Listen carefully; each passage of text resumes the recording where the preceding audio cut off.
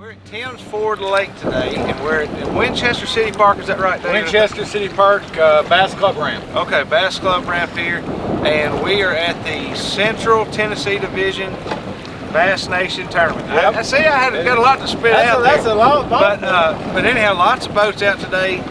If we've heard correctly, I think we're going to have a good weigh-in. We're going to have a busy afternoon, and I'm glad I got the whole staff here, and I'm glad you guys showed up.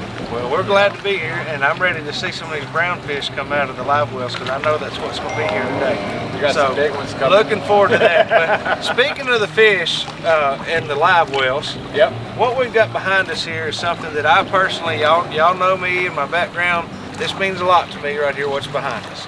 And this is a live release boat. And what I want you to do, guys, is just tell me a little bit about it. I mean, I've kind of seen it from step one when you very first are getting this project started, and now here you sit with this boat. But there is a dramatic difference in studies all across any university you go to in the survival rates with live release boat versus not. So just explain a little bit, what is the difference here, what's going to happen today versus if you did not have this well, setup? at a normal tournament, you know, everybody will bring their fish back down to the lake, and they'll just dump them in off the dock or on the shore of the lake right there. It's okay. Okay, I don't want to talk down on it. Sure, I mean, we've all done it. Every one of us has done it. Okay. We're not knocking anybody. But, you know, we have grown Tennessee Bass Nation High School and youth, and even our adult programs are growing so much now. We have got to do something to take better care of our resources. And Dave and I have gone out and got some funding from some great people that seen what we do. They like what we do. And we said, hey, we really want to take care of what we have.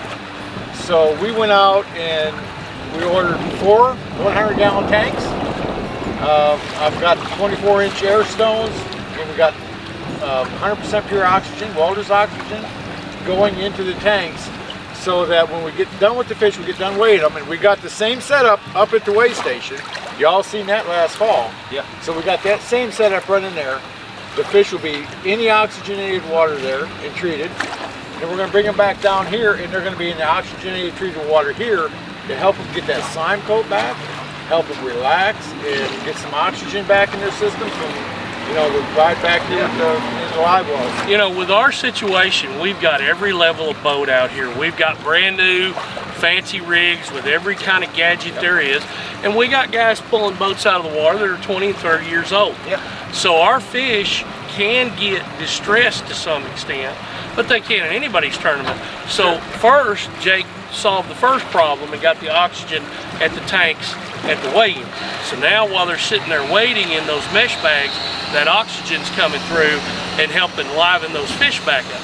Well, now we've got this with the oxygen as well, and while, you know, here we are in March, it's a cool day. The risk of losing a lot of fish is much lower because it's a cool day.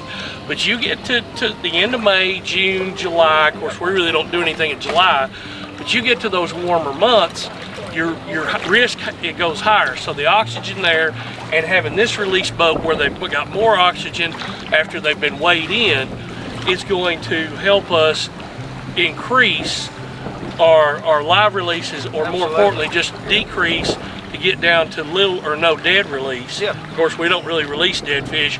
We keep a cooler and somebody eats them, but we really don't want that. We want all those fish to go back in the water. And, you know, I mean, if they don't make it, we want the resource still used, and people, you know, people eat these fish all the time. But our goal is to release every fish that's caught alive, and now we got both ends of it covered.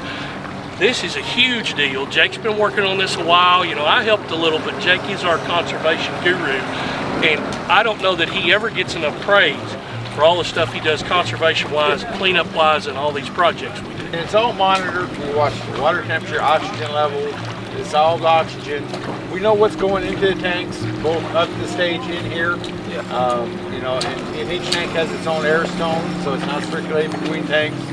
So if we do run into a problem in one tank, we can hurry up and correct that.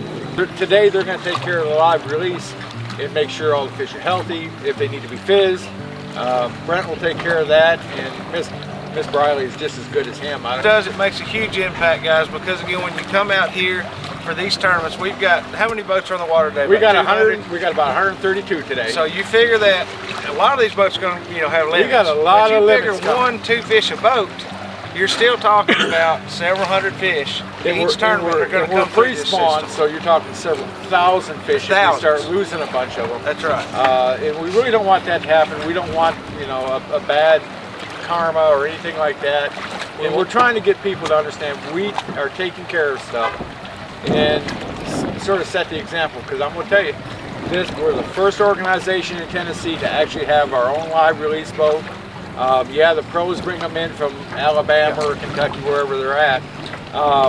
But we're the first state organization and the first trail inside the state to have our own live release boat and step up to the plate and take care of this. Yeah. And hopefully some of the other trails will do it as well. I think you'll start seeing some more people jump on board with it, especially when they see the impact. Yeah, there was actually 3 marine dealers that helped us out with this. All of them come in and none of them said, no, I want, exclusive or anything People like get that. behind They these said, kids. you're doing the right thing. We can't get out there and do it. You got Tim's Ford Power Sports down here that has helped us out. Nashville Marine, Anderson Marine. Everybody's come together to help us out get this done, along with AFCO. It goes on It goes on and really on and does. on and on to make this happen. And that's the only way it's going to happen.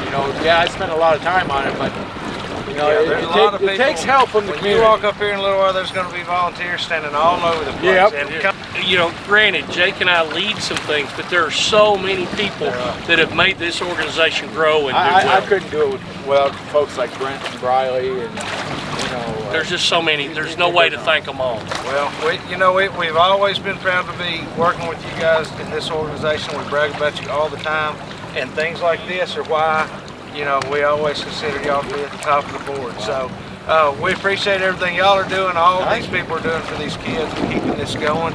I guess we're fixing to get ready for we got fish coming up. I'm watching my bag.